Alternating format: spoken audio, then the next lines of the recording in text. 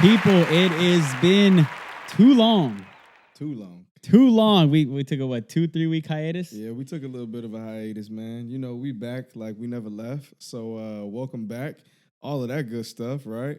So you've been missing the alpha mentality, man? I have, man. I've been missing talking to you. I mean, I've been talking to you every single day, but Yeah. talking to the people, Yeah. I miss that. You know, there's been so for those of you who don't know, we had a company trip and we've been out and about just having, you know, conversations and getting so much feedback from everybody. I think the best way to start this thing off is by saying thank you. There's almost like a laundry list.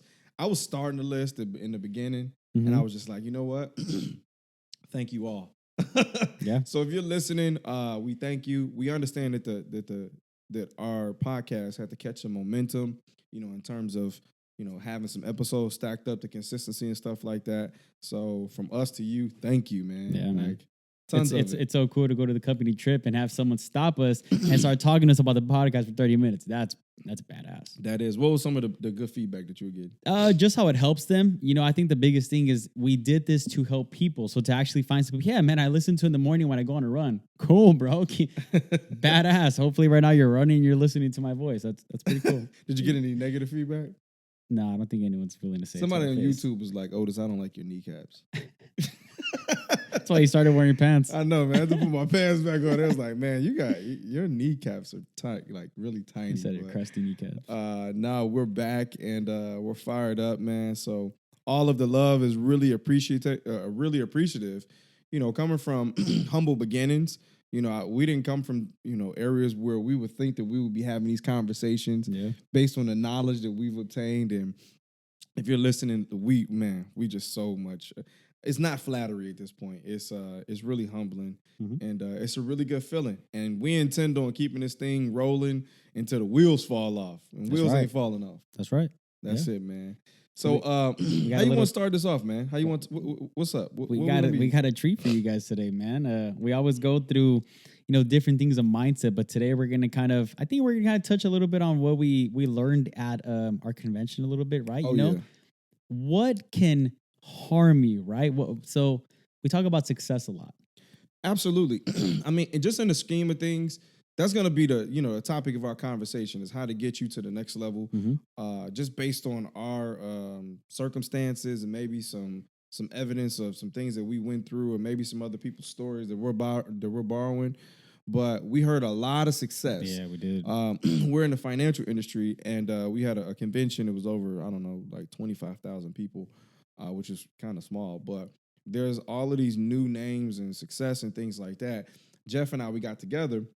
And, you know, we were thinking about, you know, shows and things like that. We were talking about success, and then we were like, well, what will prohibit people from success? Yeah. You know, and one of today's topic is going to be some enemies of success. So I think that this is one that is obviously required for you to buckle up a little bit on because success is imminent if you're doing all of the things we've been discussing in the past.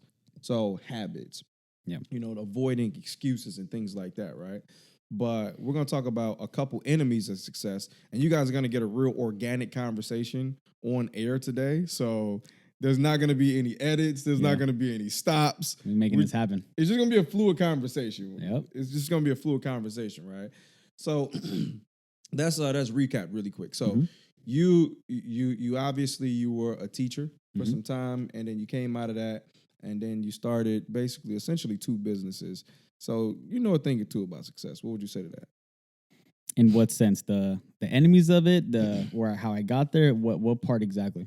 Well, I think from just like a standpoint of you know what not to do and you know what to do, but in terms of what not to do, I think, you know, more along the lines of what we're going to be discussing today is the pitfalls and the holes and the obstacles, you know, to take a look at, you know, because the enemy of execution is basically complacency, you know, just not doing things, right? Right. So in our conversation just off air, we were just talking about some ideas and things like that. Right. And just introducing people. Again, normally what we do is that we go with what works and habits forming things. A different route today. But we're taking almost like the devil advocate, you know, from an enemy of success. So let's jump into it because I want to make sure that, you know, we certify the time. We keep people entertained, for as long as we can, but in a short amount of time. That way, you can listen to this on your morning run or whatever, right? So, Yeah. I want to kick it off by the first thing that we talked about, right?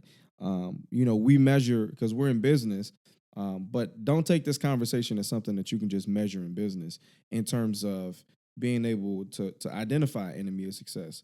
And the first thing we talked about, well, actually, it was like the third thing we talked about. But I think that this is so valuable to pull up is that you shouldn't judge your like a glimpse of your business. If you had like a high season, right, in your business or in your life, you shouldn't judge just that short window of success there, because I think that there's no consistency there, Right. So in the grand scheme of things for you, what would you say about like that particular point? I know we talked about it off air, but on air, maybe your thoughts changed, maybe it stayed the same. Yeah, I think you shouldn't judge it based off a little sequence, because one of the things we always talk about in our business is your business has to become predictable. Sure, you had one good moment, one good year, one good month, whatever, but is it consistent, right? Is it going to be like that all the time? And if it's not predictable. If you can't predict the business, you can't really predict what it's going to be like in 5 years, 10 years. That becomes very inconsistent. Yeah. So I think that is a huge enemy of success, because if you can't predict what's going to happen, like, how are you going to judge a success meter, you know? Yeah, I think if you look at anything relatively, if you're not growing, then you're dying. Right. So if you use something just based on just a growth phase of anything that you do, you go to the gym, or even if you're in business, like this conversation here, is that it's really hard to base when you did something good. You maybe got one big client, at that time, or maybe you started meal prepping and you ate really good, and you got a good workout at the gym, and then you base that level of consistency and where you were working, Right. and then you use that as the like the measure, and that's just not the truth. It's not. It's not the truth. So I think that in conversation, one of the things we were talking about is that so many people, they do this. They'll make big money one month. If you're in car sales, and then you use that as the measurer for the rest of your year. I think the biggest one is the mortgage industry, right? Yeah. Right before this whole mortgage hiatus that just kind of went up and skyrocketed, a lot of new mortgage, lenders, they felt like they were doing really well. Like, oh, I'm really good at this business. Now you see with all the layoffs, you start seeing really, hey, are you really a good mortgage? Do you really know mortgages like the back of your hand? Because right now you got to really know what you're doing. So I think that's a perfect example of you cannot measure your business off based off a good year, 2 years, whatever, like the mortgage industry. Yeah. I think it should come in chunks or in blocks. Most businesses, they measure in short, mid, and then like a long. If you've been in business for a tenure, you take a 10-year business. That's long term. Right. Short is a business plan now is like, in America at least, is 1 year. In other countries, it's like 5 years. But 5 years is like the mid range, right? So just taking a sliver of the puzzle is just not. It just doesn't equate in It's business. not accurate. Right. It couldn't, right? So, in regards to having other enemies for your success, I was about to say in business, having other enemies. What are some other enemies that people maybe they don't identify, or like they see it but they don't choose to acknowledge it? Well, I'll talk about myself. Right, perfection. Right, thinking that things have to be perfect. I think that was one of the hardest things for me. And what I mean by that is, when you become an entrepreneur, there's a lot of books that'll talk about this too. And one specifically, E-Myth, is that a lot of time when you go into entrepreneurship, you're the person that does everything. Yeah. Why? Because you don't want to relinquish control, because you start to think, hey, well, that person can do it better than me, so I have to be the person that does it. And you end up burning yourself out that way. And that can literally be an enemy to your success. If you don't start letting go of the reins, teaching someone else to be better than you, right? Dealing with hey, is there going to be a drop off? Maybe, but I can recap it in the next couple years or later on as that person grows. I think that's where I was actually hindered in my success early on, is that I was trying to do everything. So it sounds like perfection, but it also, as you're talking, it sounds like over involvement. Yeah. It's almost like if you think about it, you listen to this right now, you have, you give birth to a child, and obviously you have to nurture the child in the beginning. And then later on, the kid gets 18 and you're still trying to do the things that you did when they were a child, and you didn't basically let the child grow and become an adult. The over involvement it's like a ceiling. If Right. somebody knows something, there's this story of the elephant rope. I think it's what it's called, Mm. and it's essentially when elephants, when they're born, they're little. They're smaller. They're Mhm. not like the 1 ton, 2 ton. I don't know how big an elephant is, but they're not as big as they are. Right. So when they're young, what they do is that they put this rope around their leg and they tie it to a stake. And they're younger, so they feel that tug, so they don't move. They can't get away from it. Mm. And then later on in life, when they're as big as they are, when they get into Mhm. the wilderness, they just put a rope around their leg, and they don't move past what they see in terms of the length of the rope. Mm. So an enemy is really kind of like putting yourself at a stagnation. Like, again, we can use the fact that you've had results in the past, Mhm. and that may not necessarily be the measure. You may keep yourself to yesterday's success Yeah. versus what the future can behold. Yeah. So sorry, that was a lot of words, but hopefully you got the point there in terms of having an enemy to your success. So I like that. So perfection is definitely one. What's Mhm. another one? I think your friends and your family, in the sense that you kind of attribute what's going on in your personal life with your business, and sometimes they don't go hand in hand, right? And I don't know if you kind of agree to that. It's kind of one of those things where a lot of things could be on your mind at work, right? That can be hindering your success at work versus with your family, and it may be carrying back and forth. But that alone is an enemy to success. I don't know if you want to kind of talk a little about that. For sure. I mean, what's it? Steve Jobs. Mm. He has this quote. I'm gonna say it the wrong way, but he said, "If you ever want to see who your friends are, start a business." Oh, You know? man. Yeah, I've And- actually never heard that one. Yeah, That's and so true. and basically you can equate it to see who's about pushing your cause or your message, Yeah. or when you really start talking about real growth.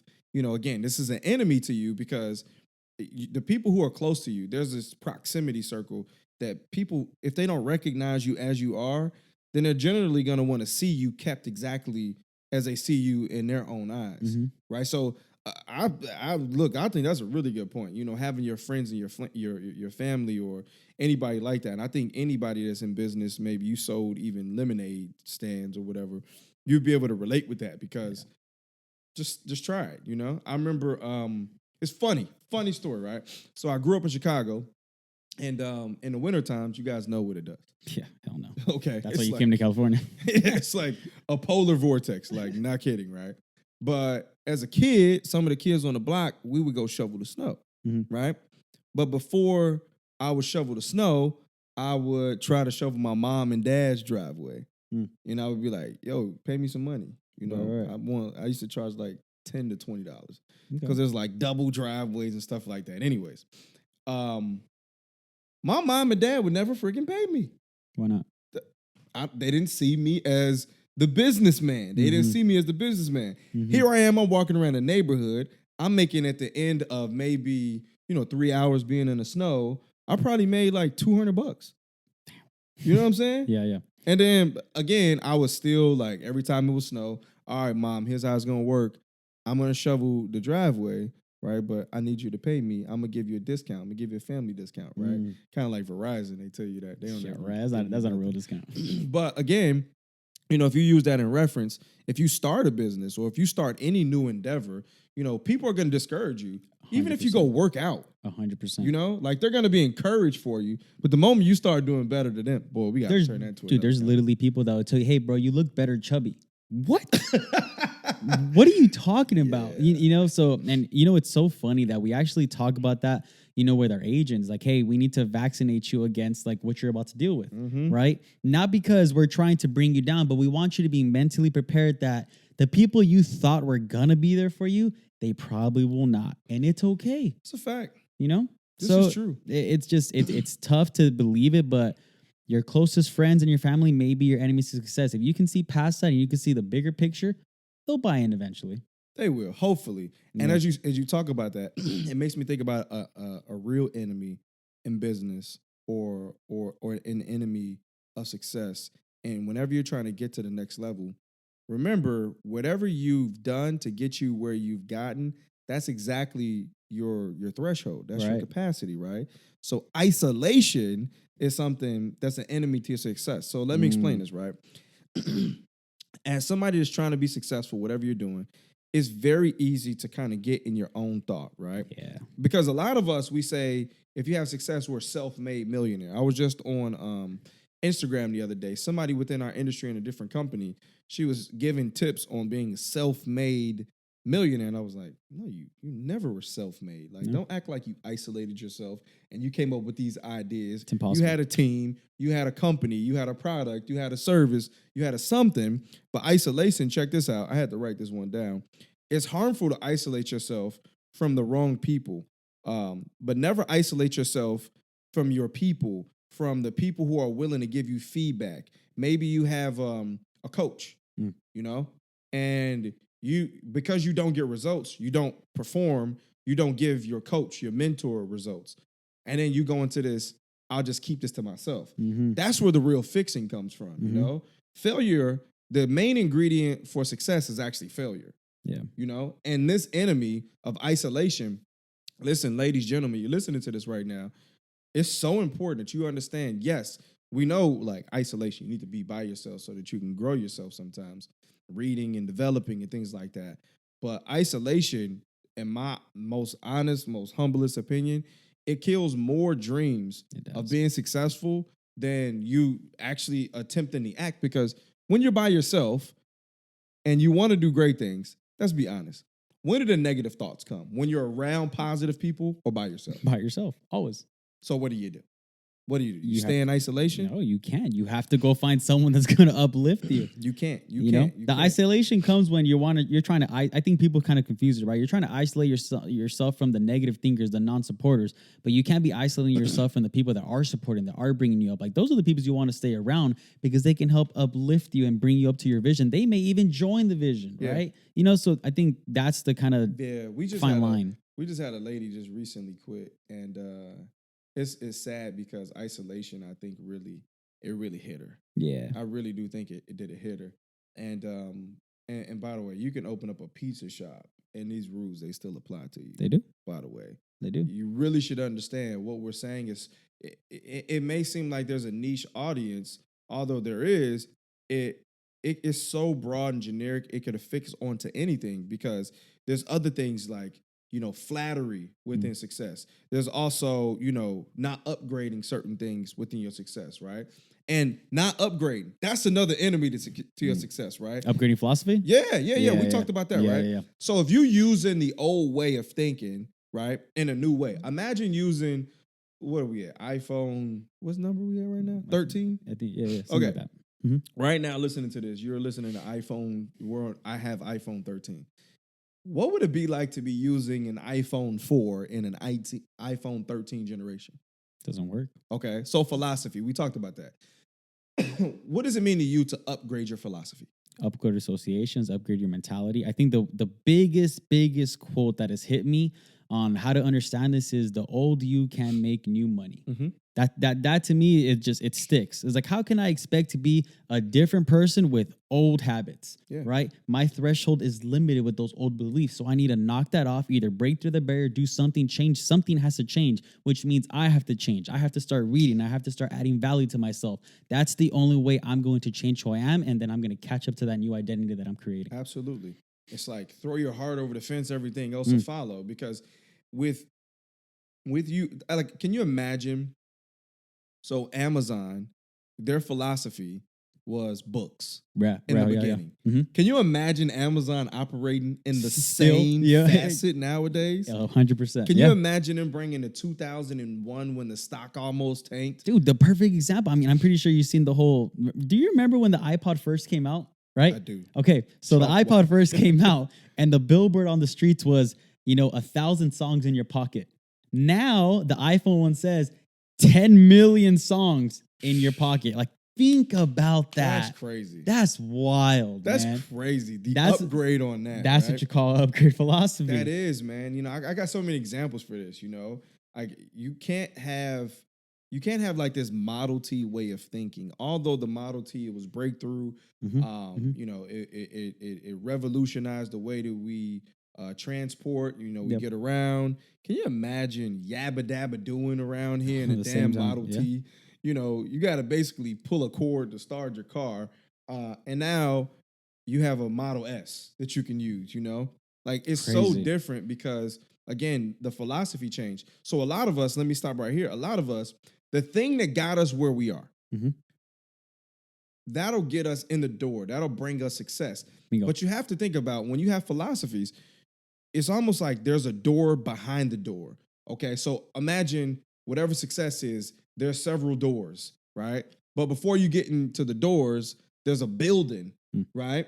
And before the building, there's a gate. Okay. But as you come through the gate, you get through the building, you got to go through the security, you got to go through. So again, as you go through these different checkpoints in life, your philosophy has to upgrade, right? Mhm. You have to upgrade that, right? Reinvent yourself. It's like daily, a new level you in a know? video game. If, Yeah. if you're not getting better, you're not going to get past that level. Yeah, you It's can't. just the reality of You it. know, you ever played a video game and like Mhm. the levels get harder? Yeah, same concept. Right? You got to get better by reinventing yourself, associating, you know, thinking differently, being challenged, being willing to be challenged. Yeah. You know, having that mentor. Some of the things that we already talked about. You know, dismissing excuses to jump up. Man, I get excited about this because I know what success looks like, Yeah. but I also know what failure looks like. Mhm. You know, so with these topics, I think is so important, right? So we talk. I don't know how many points. I don't know how many points we talked got, about. but you know what's funny is that for being the first episode up, we could probably go on for another 20, 30 minutes. But we kind of want to leave you guys with a little sneak peek, a little snippet. And I think that's a good place to land the plane right there. Yeah. There's so let me tell you, this episode was just based on we watched a lot of examples of success We just in did. these past 2 weeks. We did. And we went to the drawing board and we went, you know what? These are why they're successful. Mhm. How come so many people are not doing what they're doing? Obviously, they may have a certain talent or something like that. Everybody has a gift, Mhm. that great stuff. But even outside of that, there's the opposite end of the spectrum, which is why are people not successful? What are some of the things that prohibit you from getting to the next level? So whether it may be, you know, you're operating in perfection, like Jeff was just talking about earlier, like find a way to identify that. You know, Mhm. go back 2-3 episodes where we talked about, you know, having a mentor and the importance of that. Because what you can't see, you should get on the shoulder of a giant, a mentor, and they could be able to see. Maybe it's about, you know, the philosophy, upgrading that. How do you do that? You know, you can reach out to us personally. We personally coach people. We do. We also understand what it means to have stagnation, right? And running water Mhm. doesn't stink. You get it? Stagnant water stinks. So when we have these conversations with you, it's so that you can just upgrade your ability to think and cross over whatever you need to do in order to get to the levels of success. And I think that's what the Alpha Mentality podcast is always going to be about. We're going to stay like real staple to this. We're not going to be doing some over the top level talking. So my plane is landed there, man. So what you want to do? That's it right there. Hope you guys tune in. We apologize for the little 2-week hiatus, but we're coming back with you guys strong. Keep in mind, we have a few episodes left until season 1 completely comes to an end. Yep. All right. Yep. So follow us, comment, share. It, spread it. Let Man, us we know know. we're doing some good. Let us know what you're trying to hear in these last couple episodes. We're going to take it to heart what you guys let us know. We'll see you guys soon. Peace.